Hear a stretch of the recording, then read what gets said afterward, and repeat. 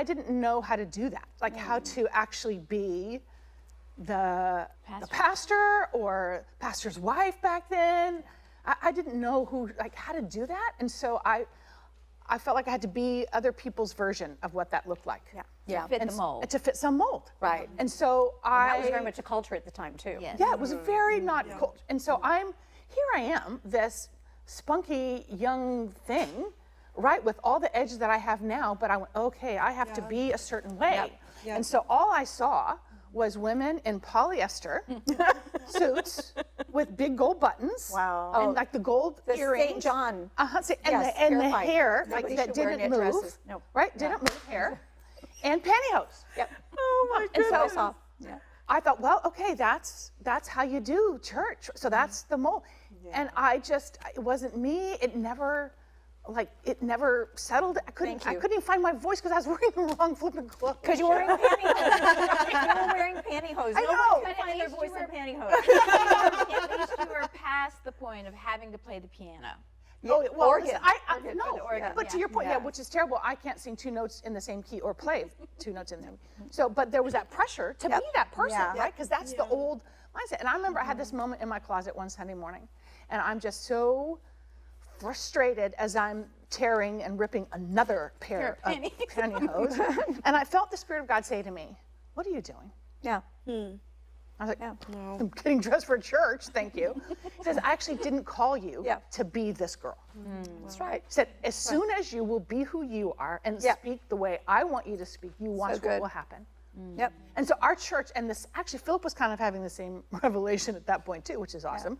So that's actually when our church began to really grow, was because I started feeling comfortable. In your own skin. In my own skin, using my voice, speaking the way I want to speak, wearing what I want to wear. And I just think that's so freeing when you actually realize that you can be who God called you to be. You know, in 1 Corinthians 12, it talks about the body and all the parts of the body, and each have value. And we get in trouble when I say, I don't need the part that you are, or I look at your part and go, I should be like you. Right. Which is ridiculous. Right. And we'll never find our voice if we don't actually feel comfortable. Right.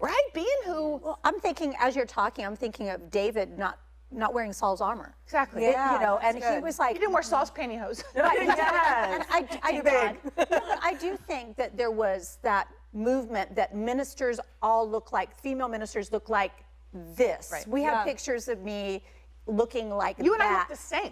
And back then we look the same. And I look confused. way older and confused. Exactly. Way older and confused because it was awkward.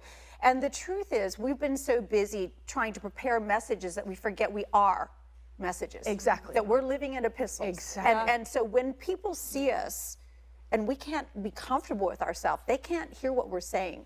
And we can't actually be authentically who we are. And I think that that's really important that we're all. So I did the same thing. I went through my closet because I would say to John, he'd be like, I like that. I'd be like, would so-and-so wear this? They would never wear this. I can't wear this. I can't wear this. And I'm like, I'm not married to so-and-so.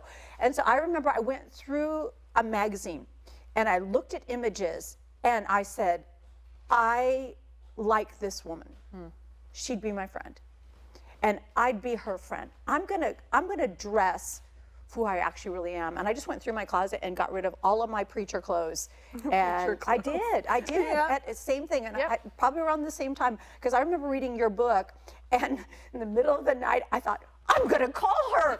We would be friends. I mean, it was he says, she says, or no, it's dumb things we do. Dumb things he does, dumb things she does. Yeah, but then there was another book, and because we were with the same publisher, and I was like, why do I not know her? Oh my gosh, we're the same person, and it was so freeing for me.